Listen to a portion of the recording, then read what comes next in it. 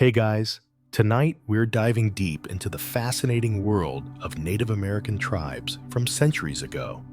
And I'm going to share with you some seriously fascinating and sometimes odd facts. But trust me, you probably wouldn't survive a single day in their world. The rugged wilderness, the simple yet harsh way of life. They weren't kidding when they said survival of the fittest.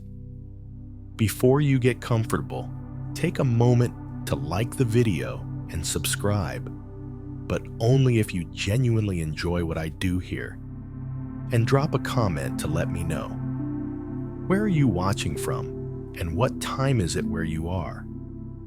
I love seeing where our community is tuning in from. Now, dim the lights, maybe turn on a fan for that soft background hum, and let's ease into tonight's journey together.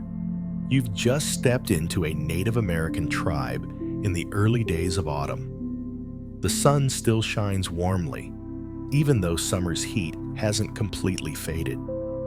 The air feels thick and humid, as if the earth is holding on to its final breath of the hot season. The tents, made from animal skins and bark, stand close together, forming a living space that buzzes with energy as everyone prepares for a long day ahead. This is a tribe that lives in the wild, where every person plays a vital role in the survival of the community. You immediately sense how completely different this world is. Everything, hunting, weaving, caring for the family, is tied directly to survival. And you quickly realize, if you don't adapt, you won't last long here. In this place, you feel small. Everything has a purpose, and every action, whether it's foraging or tending to a child, is about keeping the tribe alive. There's no space for distractions, no time for trivial modern worries. Life here is about staying alive, and you, clearly, are the outsider. The people of the tribe don't question their way of life.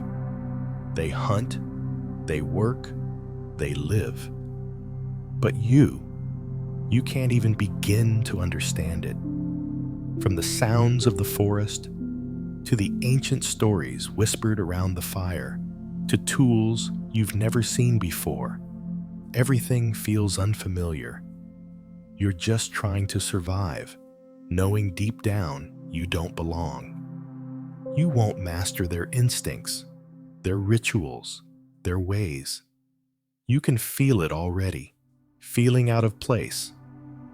As an outsider, you stand in the middle of a world where everyone else seems at home. No one doubts their actions. They just know what to do.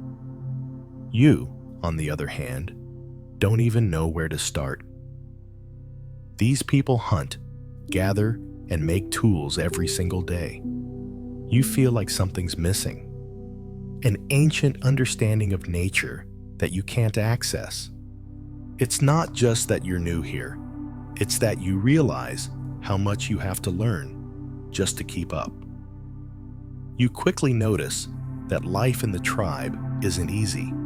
There are no shortcuts. Everything takes careful thought and effort. Every small task matters. And before you know it, it feels like you've been thrown into an entirely different world, one that's deeply in tune with nature, but absolutely unforgiving. A harsh way of life. Soon, you're brought into the tribe's daily routine, starting with preparation for a hunt. You join a group of seasoned hunters. They hand you a simple bow and arrow, showing you how to aim and release. But it's clear from your first attempt. This is no skill you can just pick up. The hunters move with natural ease, every motion efficient. You miss again and again, and you feel the pressure build with every failure. Still, the tribe doesn't mock you. Instead, they guide you, knowing you're inexperienced. One older hunter shows you the importance of stillness, of listening to the world around you. The subtle sounds of the forest, the rustling leaves, the distant animal calls. It's not just about aiming, it's about becoming part of the world around you, and that takes years. You start to realize that surviving here isn't about strength alone. It's about connection with the land, with the seasons, with your instincts. The tribe doesn't depend on brute force. They rely on experience, patience, and deep understanding. And as hard as you try, you're still far from mastering any of it. The spiritual and ritual life. However, the most puzzling part of this tribe's life isn't the hunting or gathering, it's the rituals. One evening, as the sun sets, the entire tribe gathers around a large fire for a sacred ceremony. There's chanting, drumming, and a kind of rhythmic movement that seems both spiritual and hypnotic. You try to follow along, but it's hard to understand. The rituals are deeply tied to their beliefs in the spiritual world and their connection to the land. These aren't just performances, they are the foundation of their existence. As you try to participate, you can't help but feel like an outsider. You watch as the tribe members move together in perfect harmony, but no matter how hard you try, you just can't catch the rhythm. You wonder if you'll ever truly understand what these rituals mean. The tribe holds them close, as sacred as life itself. But for you, they remain a mystery. You realize that these ceremonies, though foreign to you, are the heart and soul of this community. They give life meaning and offer guidance for every day, every decision, and every step taken in the wild. Life in the tribe, the challenges, and the beauty.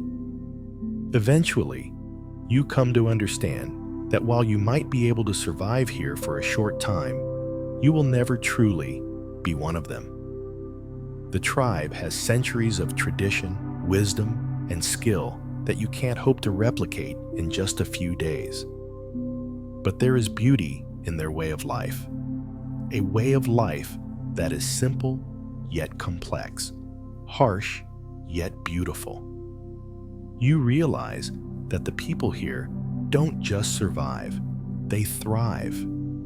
They live in harmony with nature, accepting both its gifts and its challenges.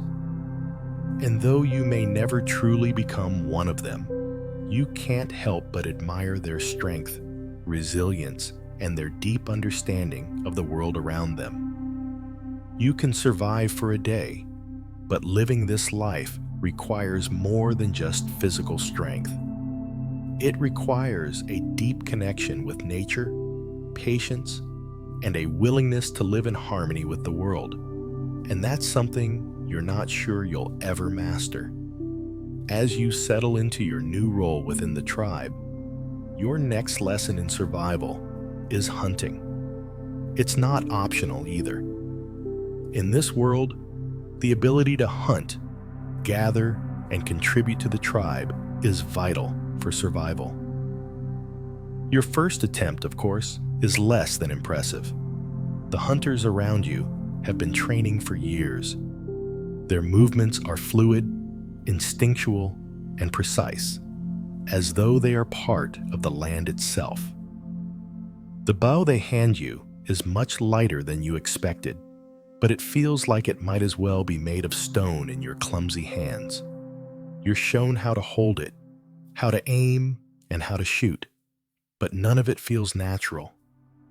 The forest is eerily quiet as you follow the hunters. The only sounds are the occasional bird calls, the rustling of the leaves, and the distant movement of animals. It's almost as if the world is holding its breath. The hunters move swiftly through the trees, almost ghost-like, their senses finely tuned to the world around them. You, however, are far from ghost-like. Every step you take feels loud, echoing through the otherwise tranquil forest. Your first attempt at shooting an arrow is a disaster. It misses the target by yards. You can hear the quiet chuckles of the hunters, but no one mocks you. Instead, one of them comes over, offering a quiet piece of advice. "The forest speaks to you," he says, his voice low and calm. "You have to listen." You nod, but deep down, you know you don't fully understand what he means. You've always lived in a world where sounds are loud, where everything is fast-paced, and where you're constantly on the go. Here, the world is silent, patient.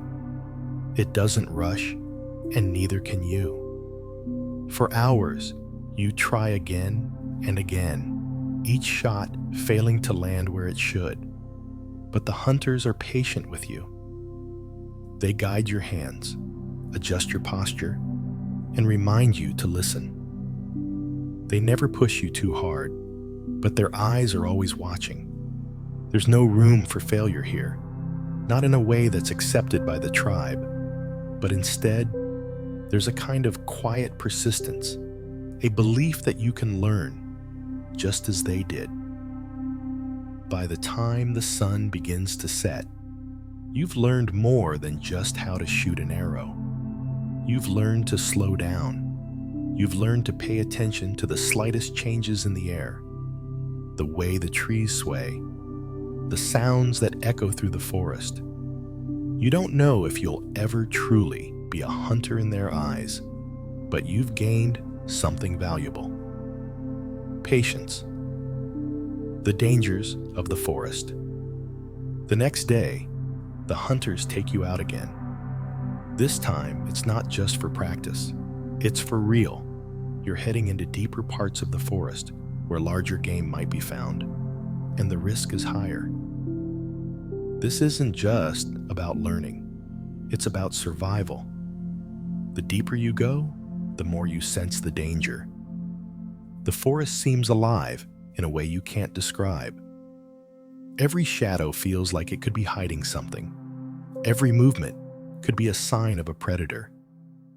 Your heart starts to race as you walk, and for the first time since you arrived, you feel the weight of the forest pressing down on you. You aren't just a visitor here, you are a part of it now. And that means you have to learn to survive. As you sit there, listening to the stories, you start to understand that this is a life built on resilience. It's not just about surviving day to day. It's about living with purpose, with respect, and with a deep understanding of the natural world. And despite all the challenges, there's a kind of beauty in it. The simplicity of their lives, the connection to the earth, and the bond they share as a tribe. It's something that's hard to grasp, but impossible to ignore. As you continue your journey with the tribe, you're introduced to another aspect of their life that you never could have imagined: their spiritual rituals.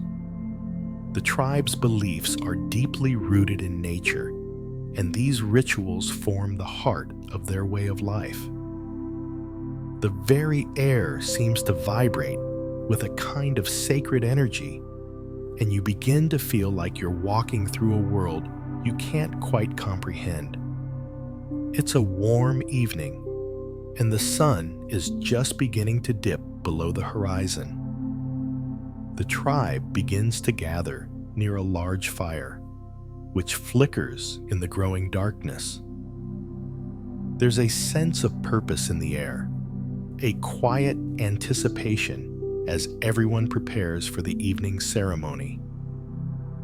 It's not just a gathering, it's a sacred event that connects every member of the tribe to the spirits that they believe inhabit the world around them. The elders lead the ceremony, chanting ancient words that you don't understand but feel in your bones.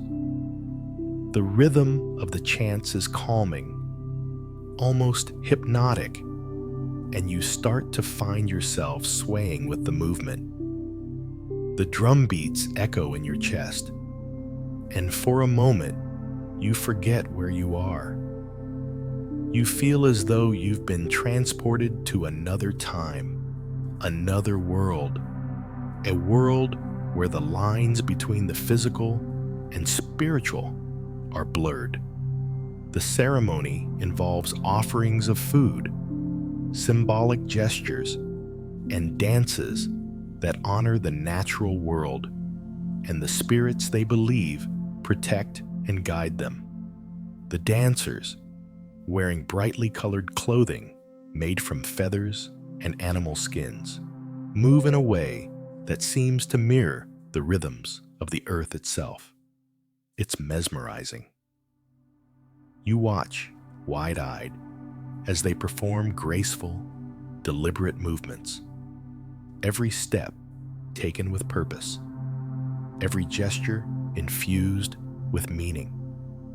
The tribe doesn't just honor their ancestors in these rituals, they call upon the spirits of the land, spirits of the animals, the plants, the winds, and the trees. It's a profound reminder that their survival is not just about physical strength or skill, but about understanding and respecting the world around them. For the tribe, survival and spirituality are inseparable. To live well, they must live in harmony with the earth. As the night progresses, you're invited to join in. You stand on the outer edges of the circle, unsure of your place. The elders motion for you to come closer, and with a hesitant step, you approach the fire. There's no judgment in their eyes, only a quiet acceptance. They understand that you're an outsider, and they welcome you nonetheless. You attempt to mimic their movements, copying the way they sway and raise their hands toward the sky. It feels awkward at first, but slowly you begin to lose yourself in the rhythm. You're no longer thinking about how strange it feels. Instead, you're simply part of the ceremony, part of the tribe's connection to the spirits. The world around you grows quieter, and you feel a sense of peace that you've never experienced before, the spiritual connection. In the days that follow, you learn more about the tribe's beliefs. They believe that everything in nature has a spirit, every tree, every river, every animal. The tribe is not simply surviving alongside nature, they are a part of it. The idea of dominance over nature doesn't exist in their worldview. Instead, there's a deep respect for it and a belief that humans must live in balance with the world. You begin to understand the importance of this philosophy as you continue your journey with the tribe. You witness their respect for the land in everything they do. Whether it's the careful selection of herbs, the way they hunt, or the way they construct their homes, nothing is wasted. Every part of the animal is used. Every plant has a purpose. It's a philosophy that permeates every aspect of their lives. And it's something you begin to appreciate more and more as the days go by. Despite the challenges of adapting to life here, you start to feel a strange connection to the land. You've spent years in the hustle and bustle of modern life, never truly stopping to appreciate the world around you. But here, in the tribe, you begin to understand what it means to be truly connected to the earth. You see the world through their eyes, through the eyes of someone who believes that every living thing has value, and that our existence is intertwined with the land and its creatures. The tribe's deep understanding. Over time, you start to learn more about their history and culture. The tribe's elders are full of stories that have been passed down for generations, each one rich with lessons and wisdom. These stories are not just for entertainment. They are the foundation of the tribe's way of life. Through these stories, they teach the next generation about the land, the animals, and the importance of respect and balance. One evening, you sit with the elders as they tell the story of how their people came to be. It's a tale of struggle and survival, of triumphs and losses. You begin to understand just how much of the tribe's strength comes from their history, how the lessons of the past have shaped the way they live today. These stories are not just about the past, they are about the present, and they are vital for the tribe's future. As you listen, you realize that these stories are more than just words. They are the heartbeat of the tribe, the lifeblood that keeps them connected to their roots. And you start to feel that heartbeat within yourself, a quiet pulse that grows stronger with every passing day. After spending several days with the tribe, learning their ways of survival, it's time to understand another crucial aspect of their daily life: crafting tools and weapons. Without these, the tribe wouldn't be able to hunt, defend themselves, or even build shelter. Every single item is crafted with precision, patience, and an intimate knowledge of the materials that surround them. Your first task is simple: to help create a spear. You're given a long piece of wood, still rough from being cut from a tree, and a sharp stone that's been chipped and honed into a point. The process is more intricate than you thought. The wood needs to be stripped of its bark, smoothed down, and then carefully carved. You're shown the correct angle for sharpening the point, the perfect way to create the right balance between weight and precision. It's a delicate process, and your hands struggle to find the rhythm at first. The wood slips from your hands, and you're frustrated. One of the elders, noticing your struggle, steps over and silently takes the spear from you. Without a word, he begins to shape the wood, his movements fluid and sure. There's something mesmerizing about the way he works. His hands, worn from years of experience, moving with a confidence that you don't yet possess. You watch closely as he hones the spearhead to a razor-sharp point, his knife moving with such speed and accuracy that you can hardly believe it. When he hands the spear back to you, it's perfect. You feel a strange sense of pride, even though it wasn't your work. You can't help but admire how every action in their life, no matter how small, has a purpose and is executed with care. It's not just about building things. It's about honoring the materials, the tools, and the process.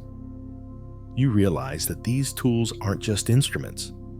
They are part of a deeper understanding of the world around you. The next day, you move on to crafting a bow.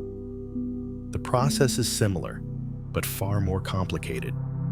The bow has to be flexible, yet strong. It needs to be just the right size for you to use effectively, and that requires both skill and patience. The tribe members work together, each one contributing something to the process. One person selects the best piece of wood, another makes the string from animal sinew, and a third person is tasked with shaping the bow. When you finally have your bow, it feels strange in your hands, too light, too flimsy. You're told not to worry. Over time, you'll learn how to use it, but the tribe members are quick to correct any mistakes, ensuring that every aspect of the bow is perfectly aligned. The string has to be taut, but not too tight. The grip has to be smooth and comfortable. Even the smallest misalignment can render the weapon useless. It's a slow process, but with every step, you begin to understand the level of dedication that goes into each weapon, each tool. This is their life. Every action is done with purpose. Every craft is a reflection of their connection to the world around them. Now, armed with your newly crafted spear and bow, you're ready to participate in your first real hunt with the tribe. This is the moment you've been training for, the culmination of everything you've learned so far. You stand among the hunters, feeling both nervous and excited. As you head out into the forest, the weight of the bow and the spear in your hands feels more real. The trees seem taller, the shadows darker, and the air colder. The tribe moves as one, an almost silent procession through the underbrush, their eyes scanning the trees and the ground for signs of game.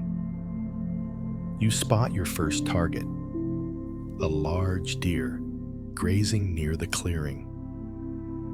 The hunters around you crouch down, signaling you to do the same.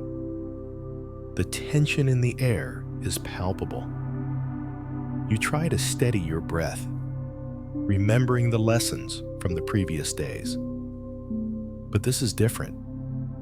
This isn't practice anymore. You're not just holding the bow, you're about to use it. The lead hunter motions for you to prepare. You draw back the string, feeling the tension in your arm. You aim. The deer's form sharp against the clearing.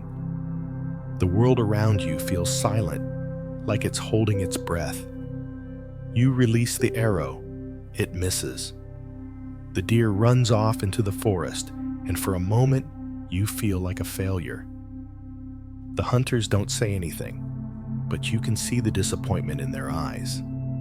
Yet, they don't give up on you. They remind you that this is part of the process, learning from every mistake, adapting, and moving forward. You may not have gotten the deer, but you learned something valuable about yourself, about your connection to the land, and about the tribe's unspoken understanding of patience. The rest of the day passes with more attempts and more failures. You eventually make a hit, but it's nothing significant. Yet, the fact that you're still here, still trying, still learning, well, that's enough. The tribe accepts you, not because you succeed immediately, but because you're part of the group. They understand that survival is a team effort, and they welcome you as one of their own, even if you haven't fully earned your place yet. The days blur together as you continue your training. You improve slowly but steadily. You begin to notice the subtle changes in the way the forest reacts to you. You can sense the shifts in the wind, hear the rustling of leaves, and even the change in the birds' calls. These little things are the signs the hunters use to understand their environment, and gradually, you start picking up on them too. The tribe's way of life isn't just about physical survival. It's about mental resilience and understanding. It's about learning to see the world through their eyes, to connect with nature in ways that seem impossible at first. But over time, you begin to see it, the harmony between the tribe and the world around them. You might never be the best hunter or the most skilled at crafting weapons, but you understand now, more than ever, that the tribe's strength doesn't come from individual ability. It comes from their unity, from their shared respect for each other, and for the land they live on. And for the first time since you arrived, you feel like you might just have a place here. You're not just surviving. You're becoming part of something much bigger than yourself. As the days blend into each other, you begin to feel the true weight of what it means to live in the wild. The life here isn't glamorous or easy. It's a constant battle for survival. You're constantly reminded that nature, for all its beauty, can be unforgiving. And it's easy to forget just how dangerous the world around you can be. The tribe relies on their ability to read nature, to understand it, and to work with it. But even with all their knowledge and skill, nature has a way of keeping them humble. It's a reminder that no matter how much you know, no matter how prepared you think you are, nature can always change its course. And when it does, you need to be ready for it. You wake up early one morning, the sun just beginning to rise, and you're immediately struck by the thick, damp fog hanging in the air. The world around you feels different, heavy, oppressive, like it's holding its breath. The usual sounds of the forest are muffled, and the trees, which normally seem so full of life, appear dark and silent. Even the wind feels still. It's a day unlike any you've experienced before. You follow the hunters out into the forest, the fog so thick that you can barely see a few feet ahead of you. The air is damp, sticking to your skin, and you can feel your senses heightening as you try to make sense of the strange silence. The hunters move cautiously, their eyes scanning the fog, but even they seem uncertain. It's as though the forest has gone into hiding, leaving only the faintest traces of life behind. As you move deeper into the woods, the atmosphere becomes more intense.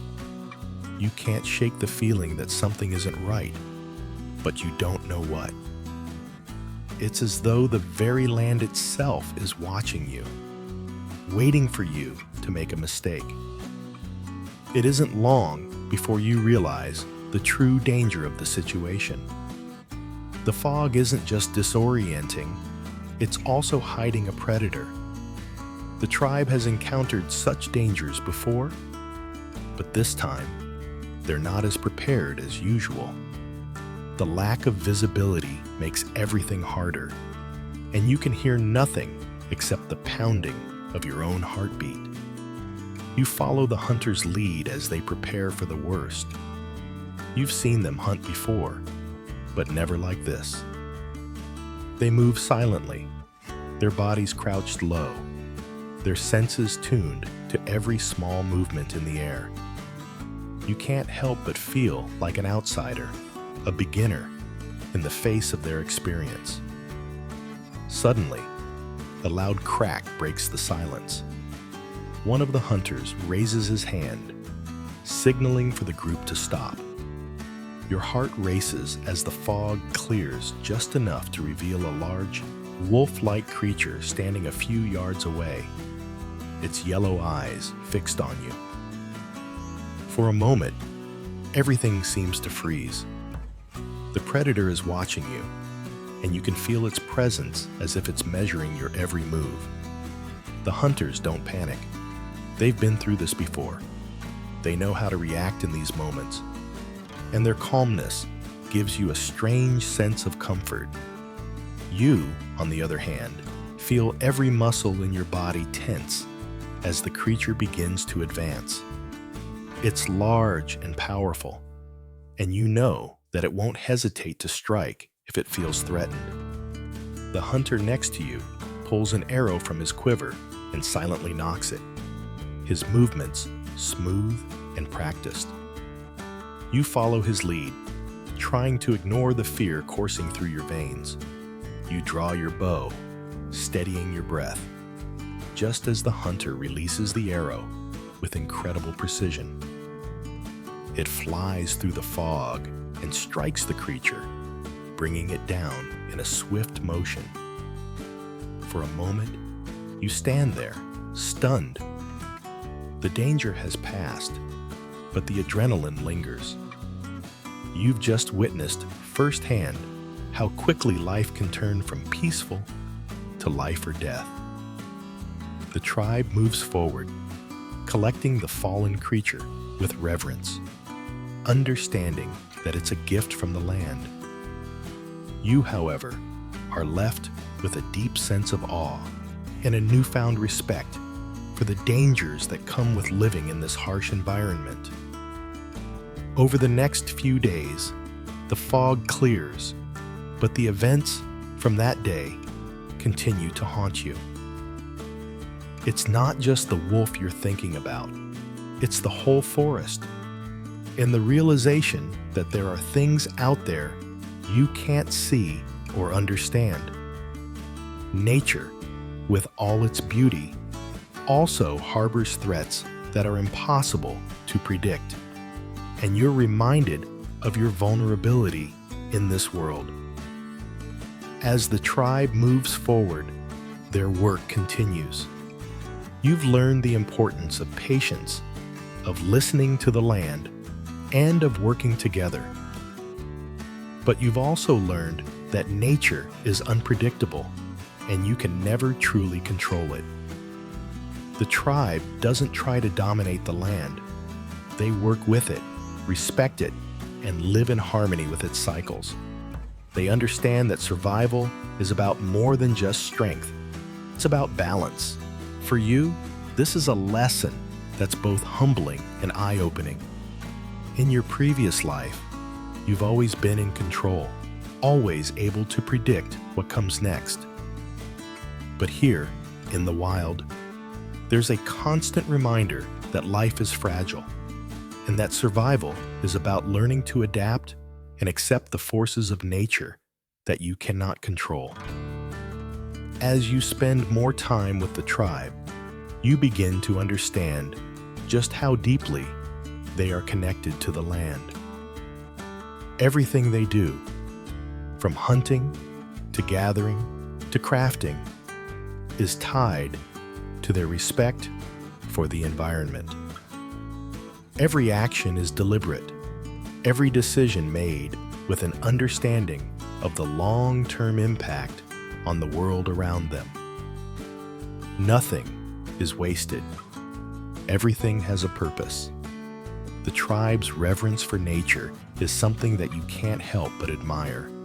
They don't see themselves as separate from the world. They are part of it. The animals, the trees, the rivers, they are all interconnected, and their survival depends on this delicate balance. It's a perspective you've never considered before, and it's one that makes you rethink your own relationship with the world. Over time, you start to notice the subtle signs that indicate a change in the environment. The shift in the wind, the behavior of the animals, the movement of the stars. All of these things tell a story. The tribe's deep understanding of these signs allows them to anticipate changes in the weather, find food, and avoid danger. You, however, still have much to learn. But with each day that passes, you feel yourself growing closer to the land, understanding it a little bit more with every step. The next lesson comes in the form of understanding the tribe's division of labor, a system that, at first glance, might seem strange, but becomes immediately apparent as you observe their daily routines. In the modern world, we tend to focus on individual achievements, but here, every member of the tribe has a specific role, and no one is above or below anyone else. Everyone works together, each task a small piece of the greater whole. At dawn, the women of the tribe gather in the center of the village to begin their work. They're crafting baskets, weaving cloth, and preparing the meals that will sustain the tribe for the day.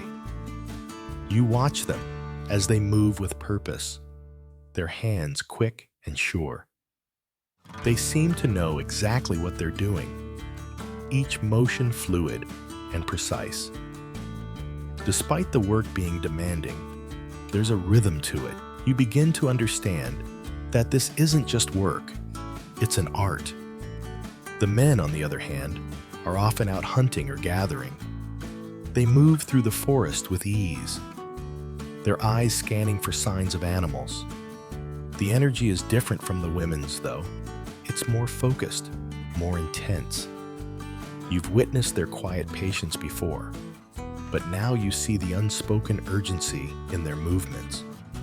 They aren't just hunting for food, they're hunting for survival. And then there are the children, who seem to be everywhere. They watch and learn from the adults, mimicking the actions of the hunters and the women alike.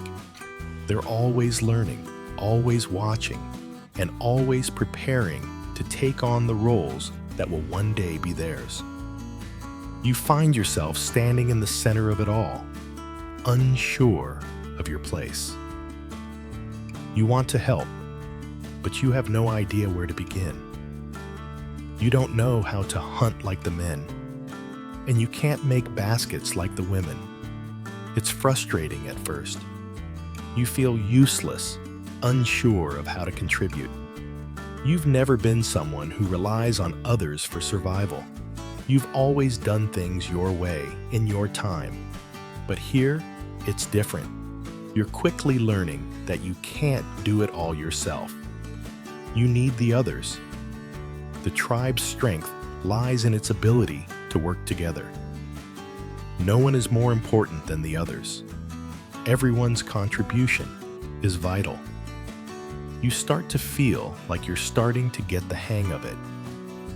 Slowly, but surely, you begin to understand your role.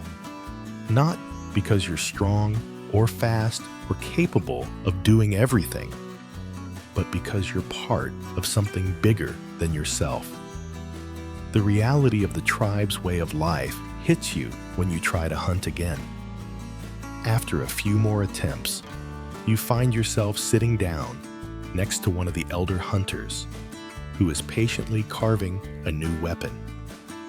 He looks at you with a gentle smile, understanding the frustration in your eyes. You've missed countless shots at game, and it's starting to weigh on you. This time, he doesn't offer advice. Instead, he hands you a freshly carved arrow and motions for you to sit by the fire with him. The conversation is simple.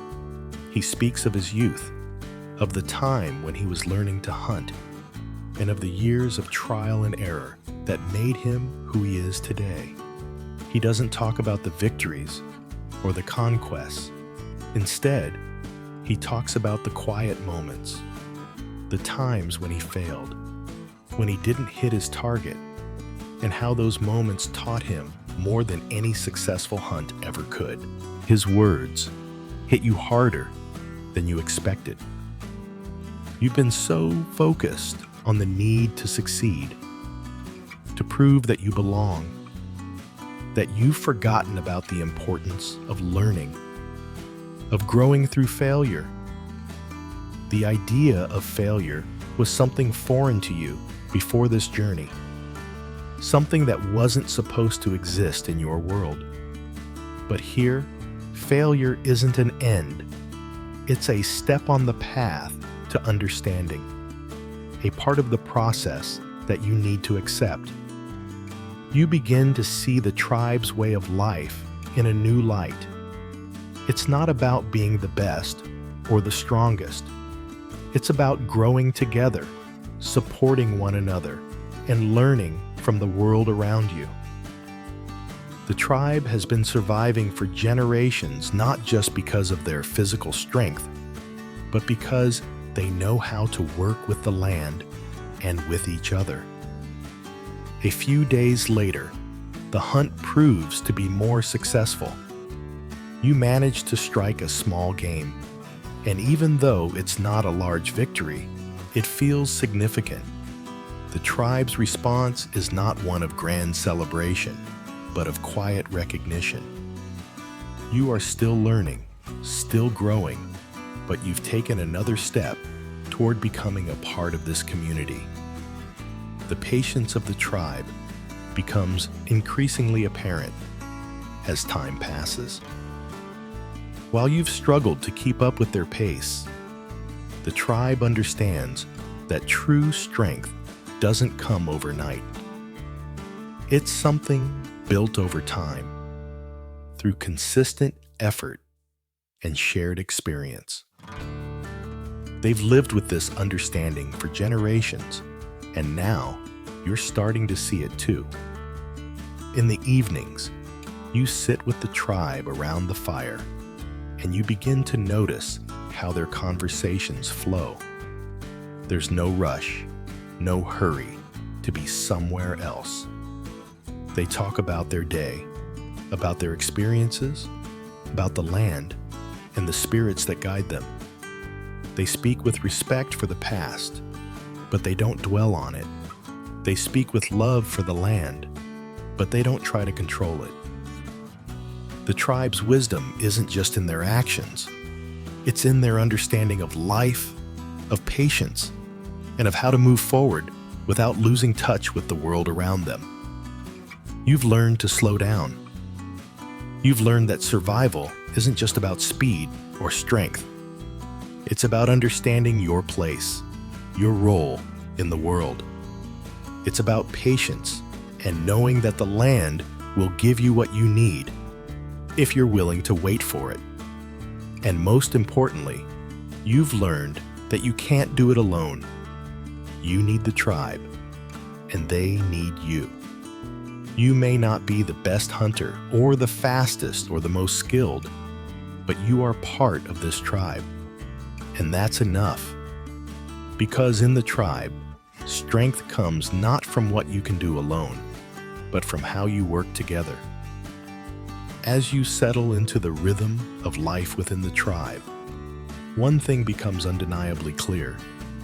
Your diet is drastically different from what you're used to. In the modern world, we're accustomed to an abundance of food options, ready-made meals, and convenience at every corner. But here, the food you eat is closely tied to the land, and your ability to procure it is directly related to your ability to survive. The tribe survives mainly on what they can hunt, gather, and grow.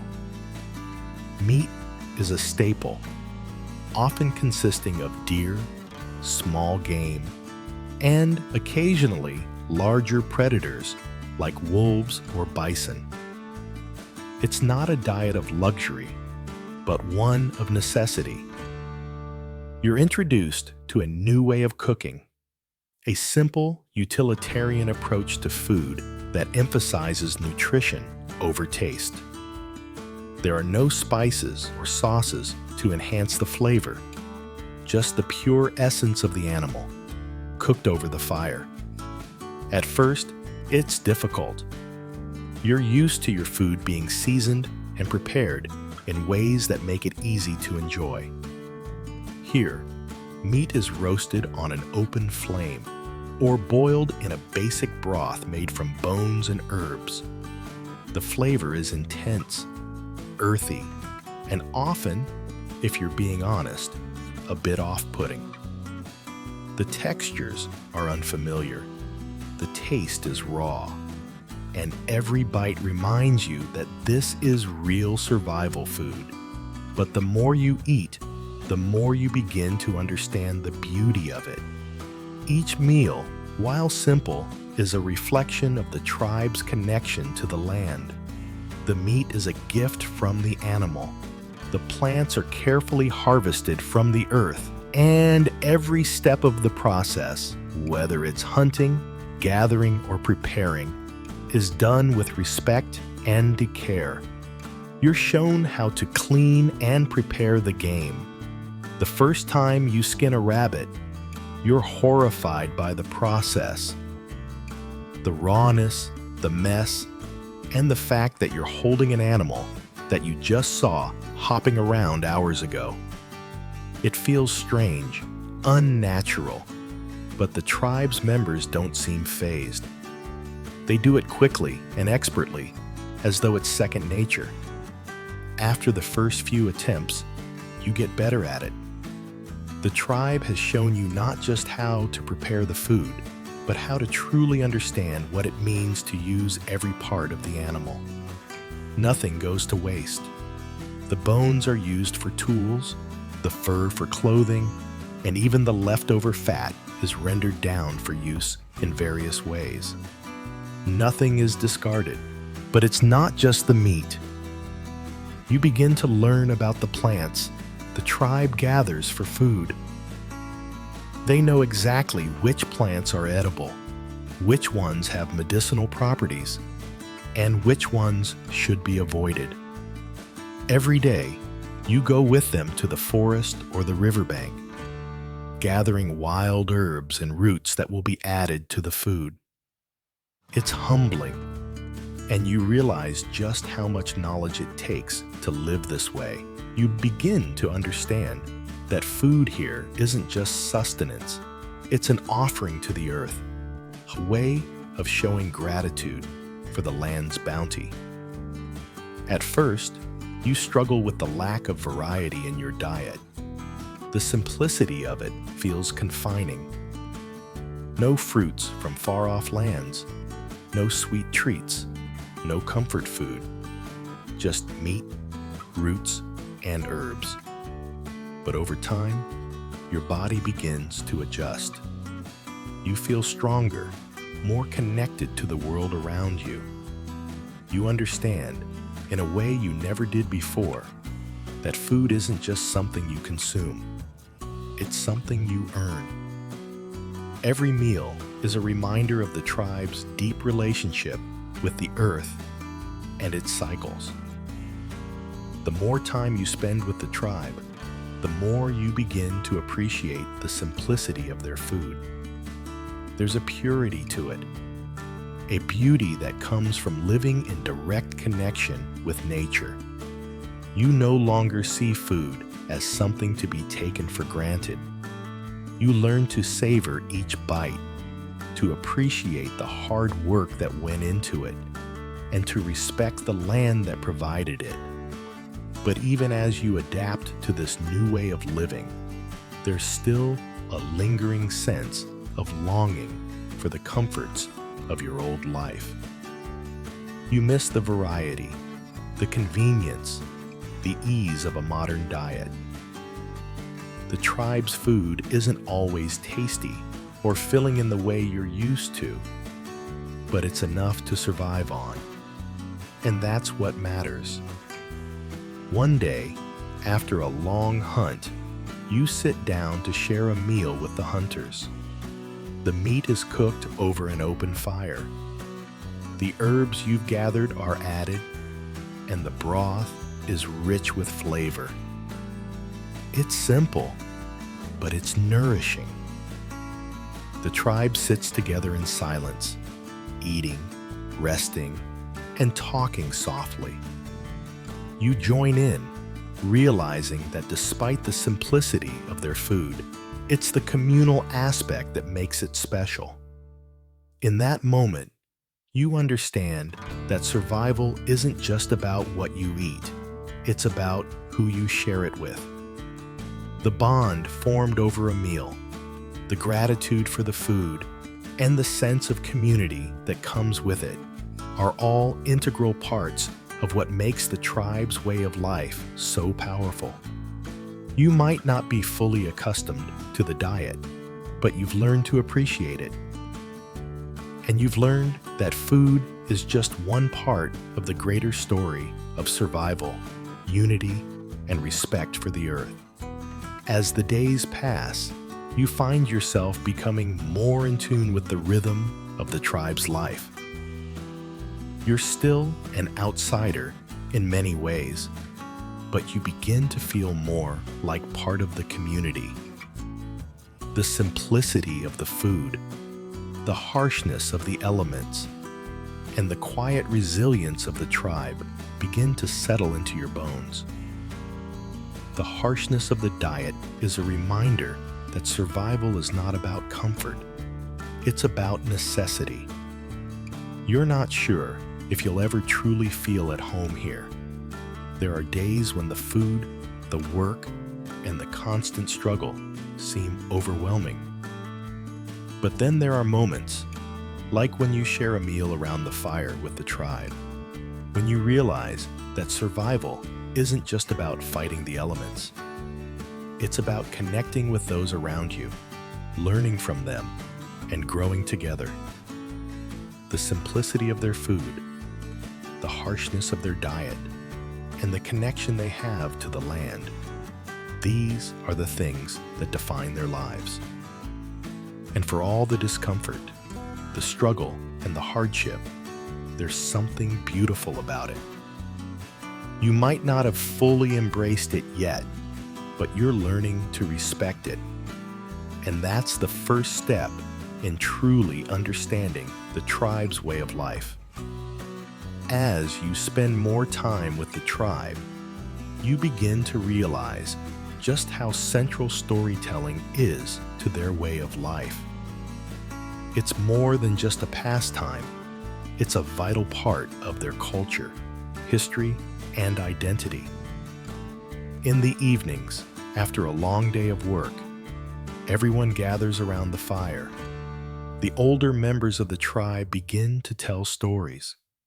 Some of them about the tribe's ancestors, some about the animals of the forest, and others about the spirits that roam the earth. You're drawn into these stories, captivated by the imagery and the way the elders speak with such reverence. These stories aren't just for entertainment. They're the foundation of the tribe's values and beliefs. Each tale teaches lessons about respect, strength, survival, and the balance between humans and nature. One evening, an elder sits next to you by the fire and begins to tell the story of the Great Bear Spirit. It's a story that's been passed down through generations, one that holds deep meaning for the tribe.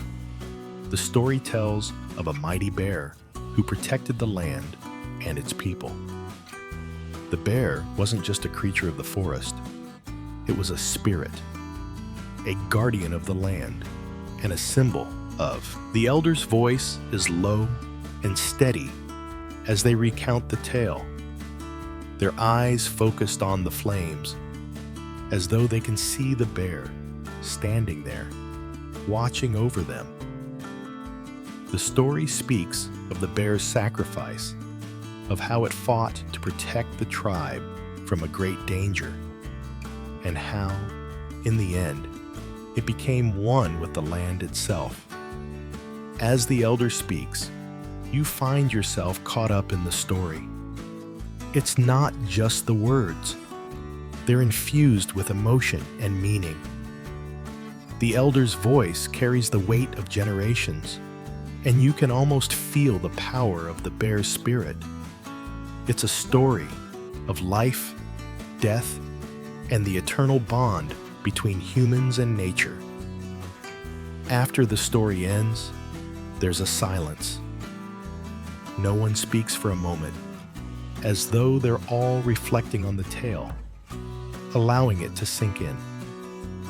The fire crackles in the background, and you can feel the weight of the story lingering in the air.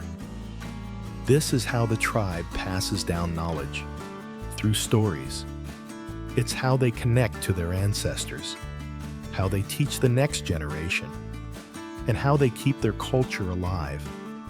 As the days go on, you realize that the tribe's storytelling is more than just entertainment. It's an essential part of their survival. These stories teach them Saoko about the world, about the animals, about the spirits, and about the lessons they must learn to live in harmony with the earth. You start to understand the importance of these strikes in shaping the tribe's values.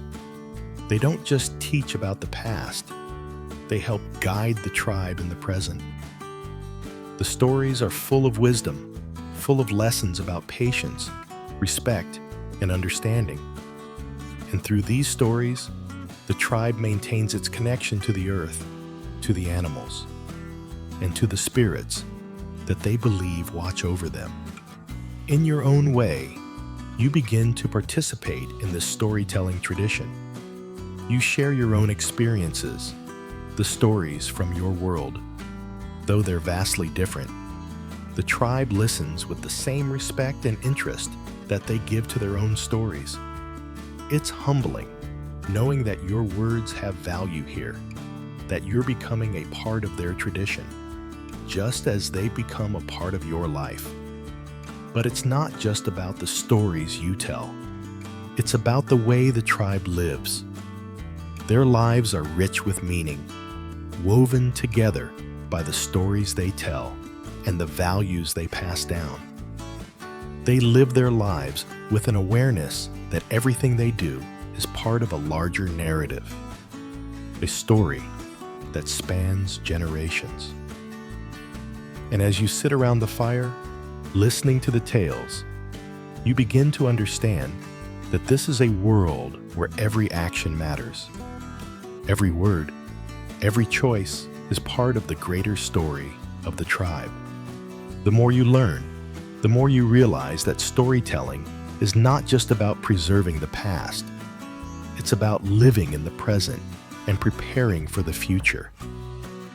Each story told around the fire is an act of remembrance and a call to action.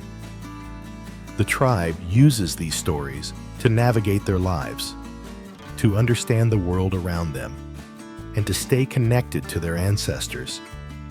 It's a cycle of life, death, and rebirth, all contained in the stories they share. One evening, as the sun sets and the tribe gathers around the fire, the elder begins a story you've heard many times before, the story of how the tribe came to be.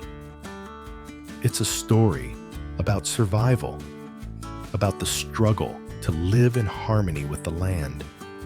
But this time, it feels different. The elder speaks with a sense of urgency, as though the story has taken on new meaning. You can see the firelight dancing in their eyes, and you feel the weight of their words more than ever before. The story is about the tribe's ancestors who fought to protect the land from invaders and natural disasters. It's a story about resilience, about the strength of the human spirit, and about the connection between the tribe and the earth. It's a reminder that the tribe's survival is not guaranteed, that they must always fight to protect the land and the values they hold dear. As the story comes to an end, you realize that this is not just a story, it's a call to action. It's a reminder that the tribe's survival depends on the choices they make, on their ability to adapt, and on their willingness to fight for what they believe in. You understand now that the tribe's stories aren't just about the past, they're about the future, and about the responsibility that each generation carries to ensure that the tribe continues to thrive. You may never fully understand the depth of the tribe's stories or their connection to the land, but you're starting to see the world through their eyes. You're beginning to understand the importance of patience, of respect, and of living in harmony with the earth. The tribe's way of life is not easy, but it is meaningful. Every action, every choice is part of a greater narrative that spans generations. As you sit by the fire, listening to the stories, you feel a deeper connection to the tribe, to their way of life, and to the world around you. The stories are no longer just words. They're a guide, a path to follow, a reminder that survival is about more than just physical strength. It's about understanding, patience, and respect for the earth and all its creatures. And for the first time, you feel like you're truly a part of something bigger than yourself. You're not just surviving, you're living. And you're learning to appreciate the stories that have brought the tribe to this point, knowing that someday, you too will pass down the stories of your own journey. As your time with the tribe deepens, you begin to hear more about the creatures of the land. The tribe doesn't just live alongside the animals. They coexist with them in ways that are both practical and spiritual. In the stories told around the fire, many of these creatures are not just beasts to be hunted or feared, but spirits that have their own roles in the world.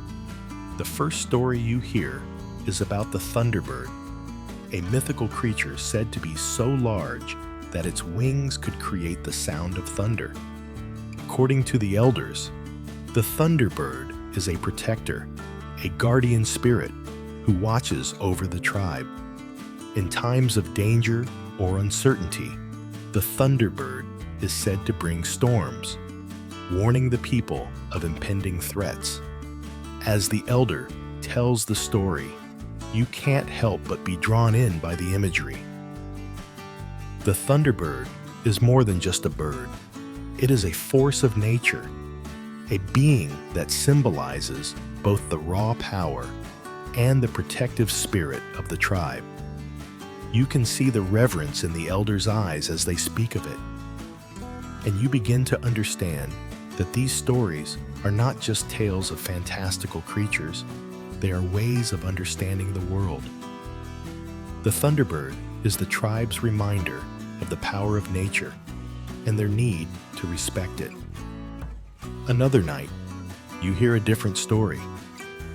One about a creature called the Wendigo, a fearsome spirit said to inhabit the northern forests. The Wendigo is often depicted as a tall, gaunt creature with glowing eyes, and it is said to be a being driven by an insatiable hunger. This creature is feared by many tribes, and the story of the Wendigo serves as a warning about greed and the dangers of losing one's humanity. The Wendigo story sends chills down your spine. The tribe speaks of it with such solemnity, and you can sense that they believe in its power. It's not just a story of a creature, it's a lesson about the dangers of unchecked desire, of losing sight of what truly matters in life. The Wendigo is a reminder that when people become consumed by their own desires, they risk becoming something darker, something less human.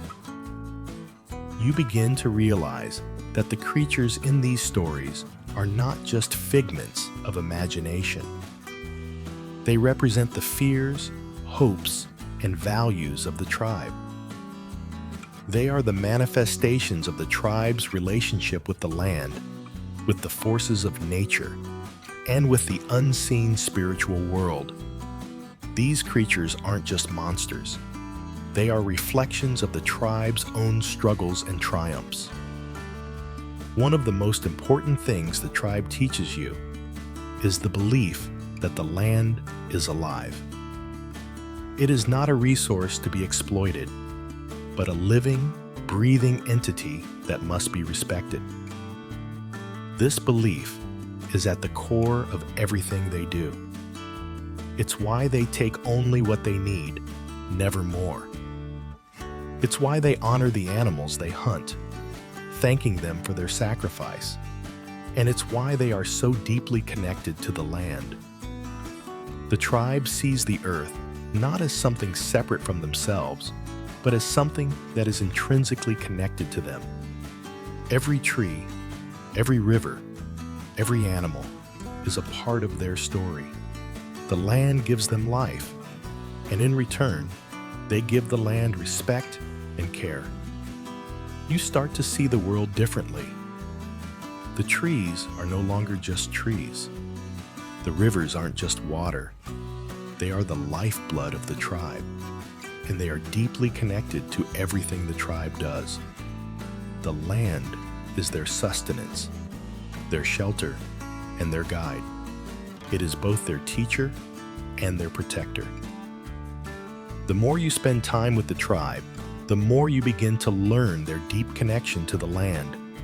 The way they read the signs of the environment, the tracks in the snow, the direction of the wind, the behavior of the animals, becomes second nature to you.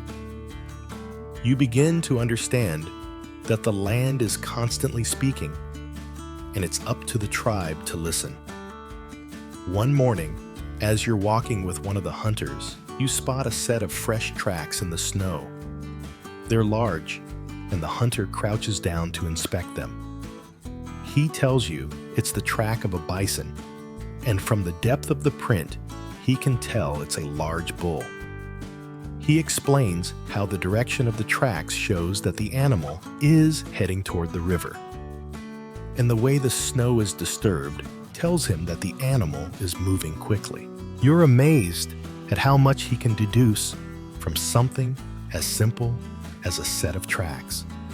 It's a skill that has taken years of practice and knowledge of the land.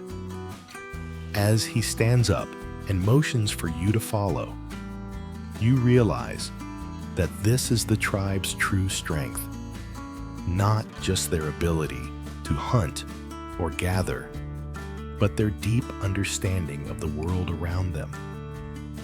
They are not just surviving in nature, they are living with it. The tribe's connection to the land is also deeply spiritual.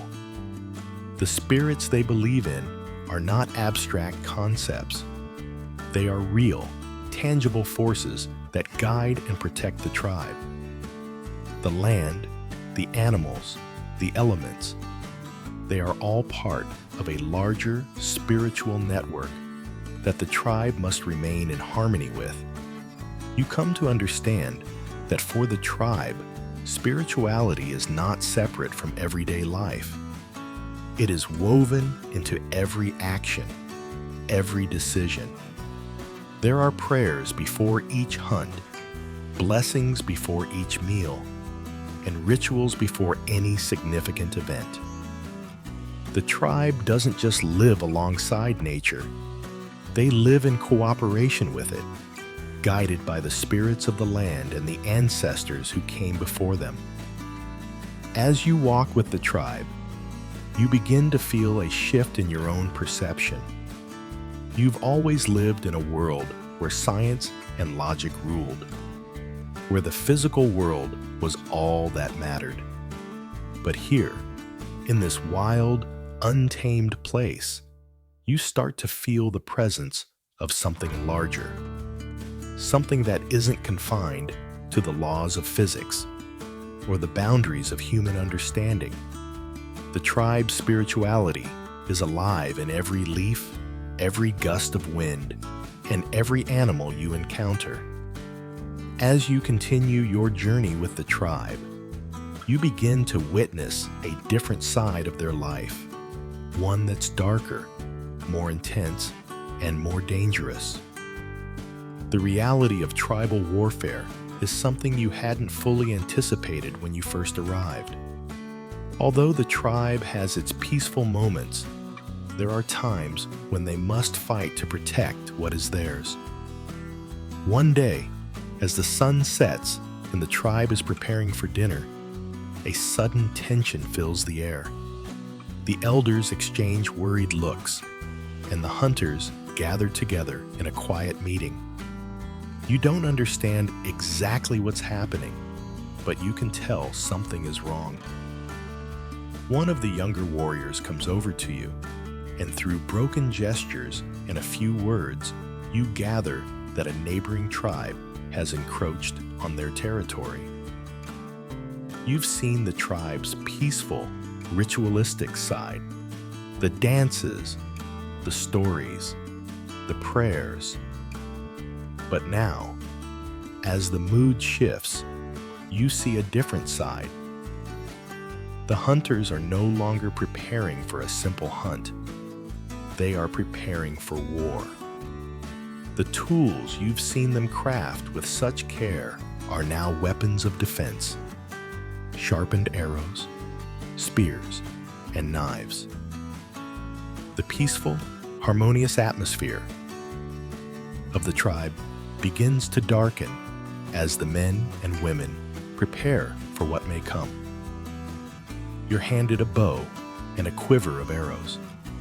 At first, you feel out of place, but then you realize that in times like this, every member of the tribe is expected to contribute. There's no time to hesitate. The young warriors strap on their gear, and the elders gather the rest of the tribe to prepare for what lies ahead. As the tribe moves through the forest to their designated defensive position, you can feel the tension in the air. The forest, which had once seemed so alive with energy, now feels still, almost suffocating. Every sound is magnified. Every movement seems to echo. You can hear your breath, feel the weight of the bow in your hands, and understand the gravity of the situation. The older warriors who have fought in battles before take the lead. They don't speak much, but their movements are efficient. They know the land and its many hiding spots. Places where they can take cover, where they can ambush the enemy if necessary. You follow them, trying to keep pace, but you're constantly looking around, unsure of what's going to happen. The tribe's defense strategy is built on the knowledge of the land. It's not about charging in headfirst. It's about positioning, about being in the right place at the right time. The hunters, skilled in patience, now turn their abilities to waiting, watching for any sign of movement. You find yourself getting anxious, but the tribe remains calm. Their experience in combat allowing them to maintain a steady composure. Hours pass as you wait in the dense brush. You learn quickly that in warfare, time moves slowly. Every rustle of leaves, every snap of a twig makes your heart race. The tribe's warriors maintain their vigil, watching the surrounding area for signs of the approaching enemy. They speak in low voices, giving quiet orders, keeping each other alert. Just as you begin to think that perhaps the enemy will retreat, a loud noise breaks the silence, a shout, followed by the sound of footsteps crunching in the underbrush. The enemy has arrived. The calm that had settled over the tribe breaks, replaced by a flurry of activity. The warriors move swiftly into position, spreading out across the forest. You're given orders to stay low and quiet, your job being to stay hidden and not reveal your position. You clutch your bow tightly, trying to steady your breathing. The tension in your body is unbearable. Suddenly, you hear the sound of rushing feet. You peek through the leaves and see the enemy coming. There are at least 10 of them, charging through the forest. You can see the panic in their eyes, their faces contorted in anger. They don't see the tribe's warriors waiting in the shadows. And then, in a flash, the fight erupts. Arrows fly through the air, striking their targets with deadly accuracy. The sound of fighting fills the forest.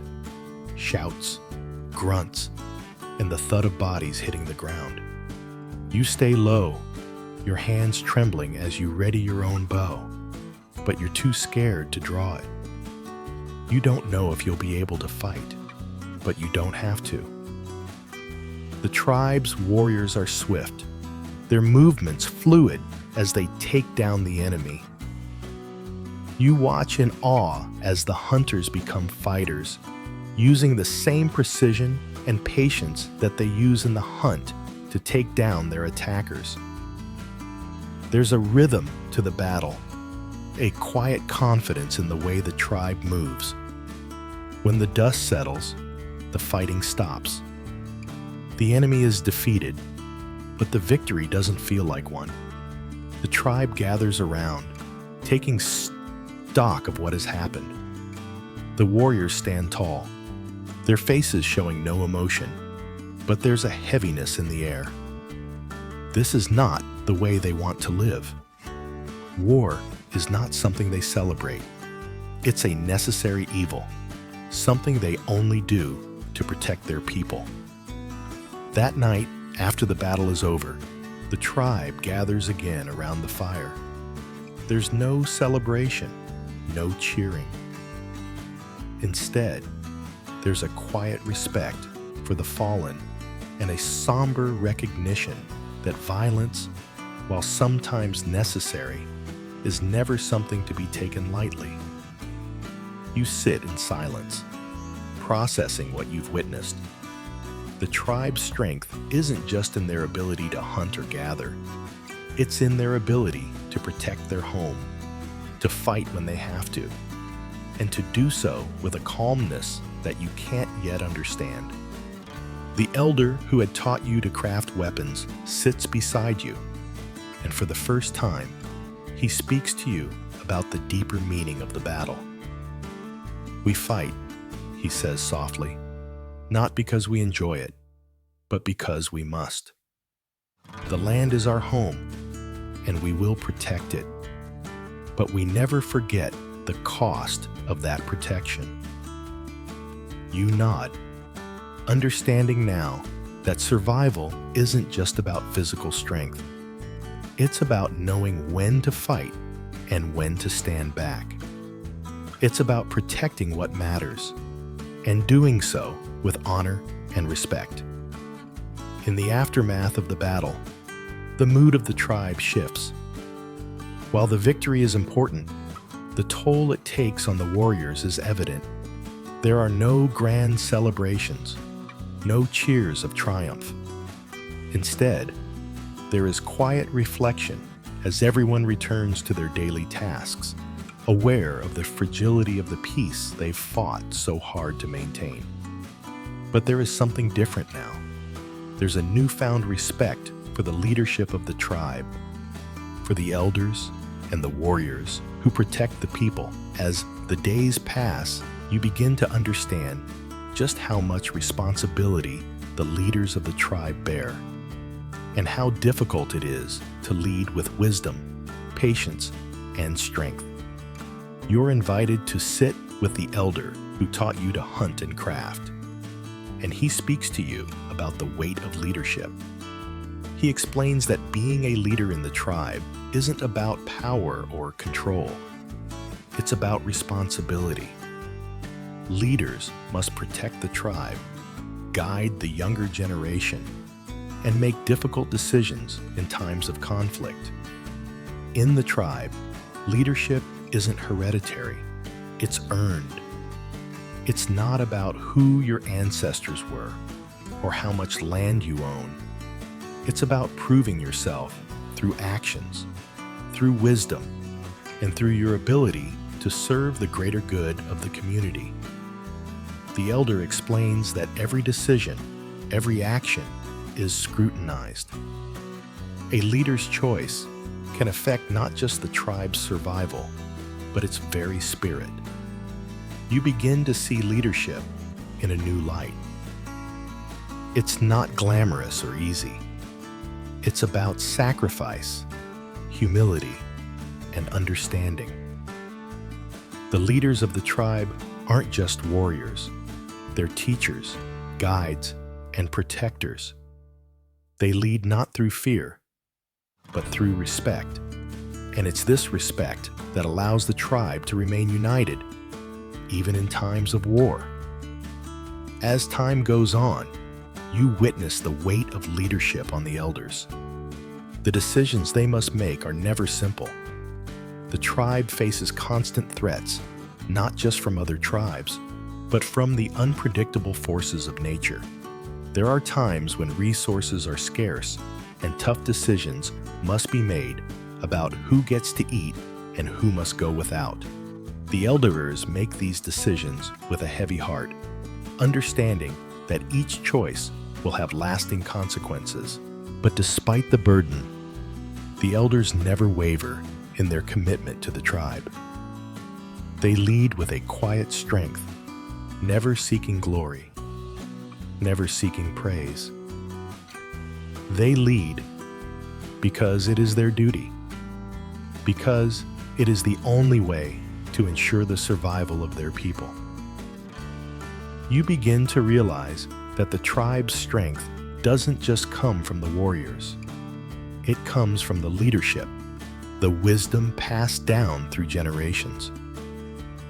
In the evenings, the elders gather around the fire, discussing matters of great importance. They speak softly, with respect for each other's opinions, even when they disagree. There is no shouting, no arguing, just calm, measured dialogue. You watch as they carefully weigh each decision, considering the needs of the tribe, the resources available, and the long-term consequences of their actions. You begin to understand that leadership in the tribe is not about making decisions for the sake of control. It's about making decisions for the good of everyone. It's about thinking beyond the present moment and understanding the far-reaching consequences of every choice.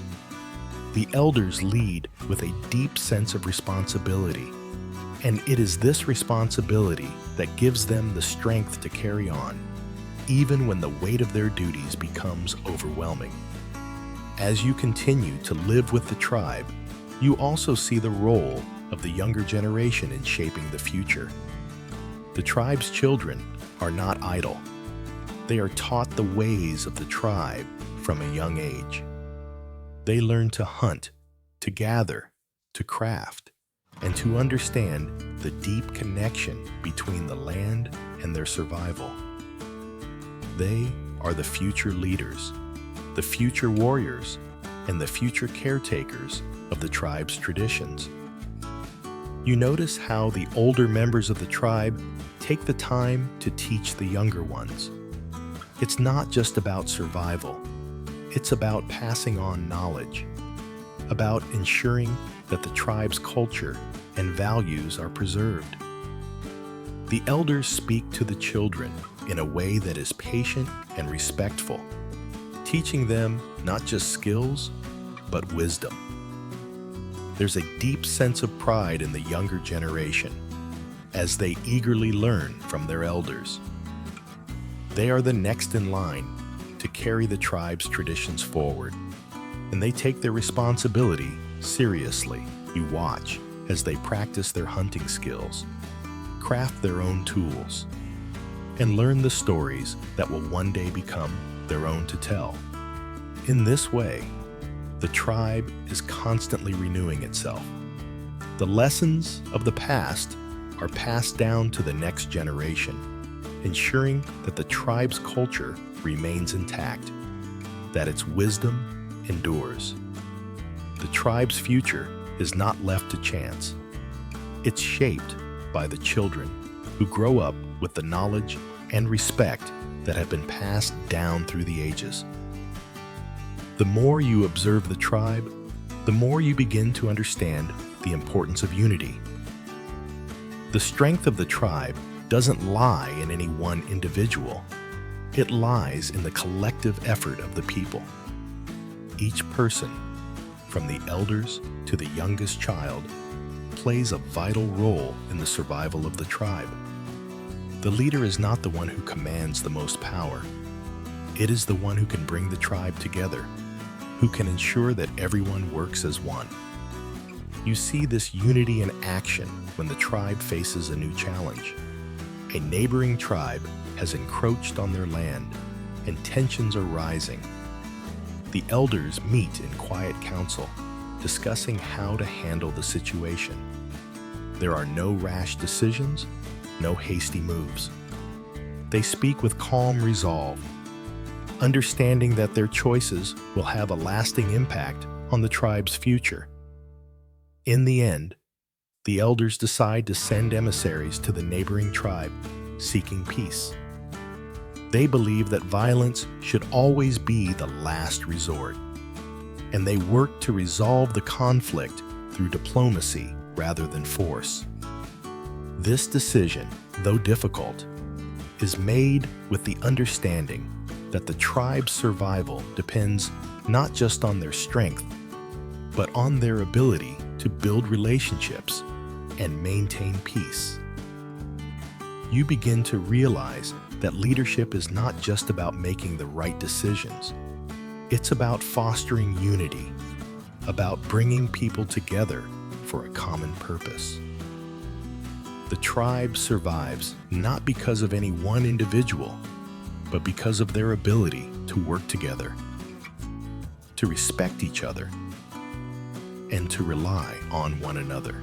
As time passes in the tribe, you come to understand one of the most profound aspects of their culture, the cycle of life and death. In the modern world, death is often something we avoid talking about, something we fear. But here, in the tribe, death is seen as a natural part of the life cycle, something that is recited and accepted with dignity. One evening, the tribe gathers around the fire to honor an elder who has passed away. You've seen this process before. Whenever a member of the tribe dies, there is a solemn ceremony to mark the passing, a ritual that celebrates their life and their contributions to the tribe. This time, it's the death of one of the oldest members, a woman who had lived a long, full life. She had taught many in the tribe, passing down wisdom and skills, and her loss is deeply felt by all. The ceremony is quiet, reverent. There's no sorrowful wailing or overt mourning. Instead, there is a deep, reflective silence as the tribe pays their respects. The elder's body is carefully prepared and placed near the fire. The tribe's shaman, a wise figure who guides the tribe in spiritual matters, leads the ceremony. The shaman chants softly, calling on the spirits of the land and the ancestors to welcome the departed elder into the afterlife. It's not a sad ceremony, but one of peaceful acknowledgement, a recognition that death is simply another phase in the cycle of life. You watch as the tribe members take turns speaking about the elder, recounting stories of her life, of the lessons she taught, and the strength she embodied. The stories are full of respect and love.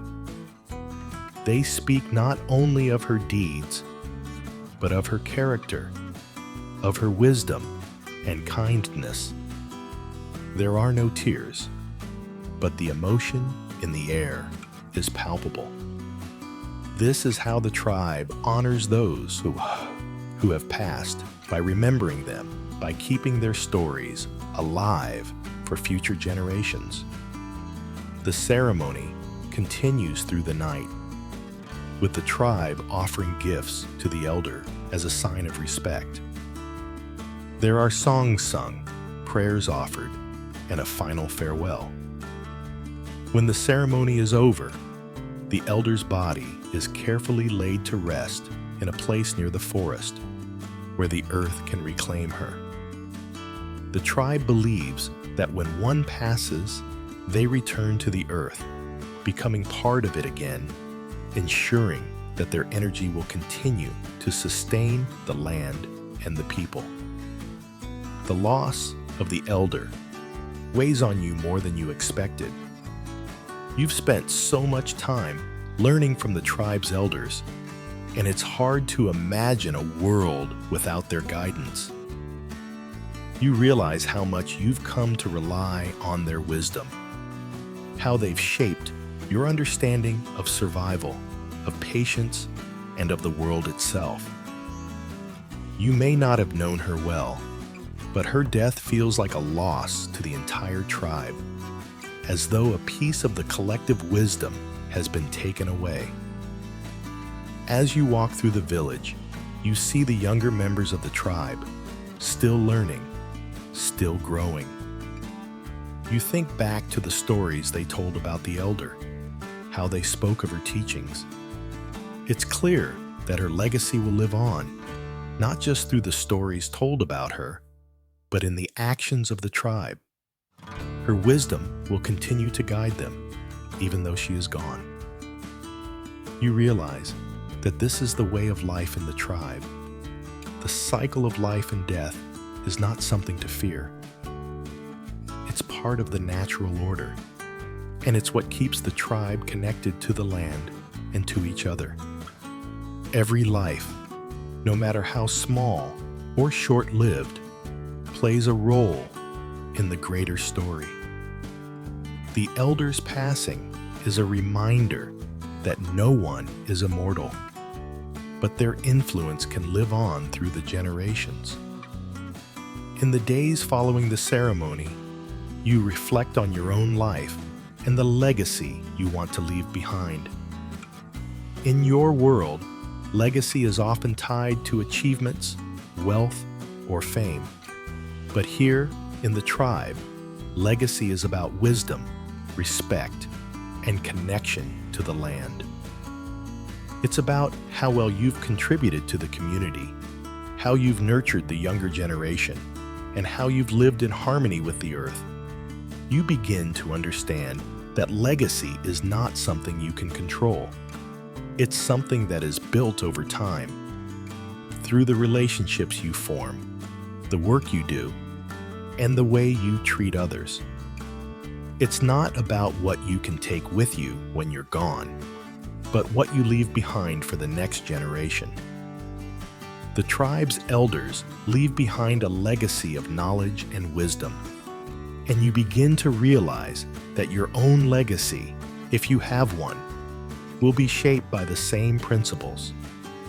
The tribe's concept of legacy is deeply rooted in their understanding of the natural world. They believe that everything in life is interconnected, that the life you lead now will affect future generations.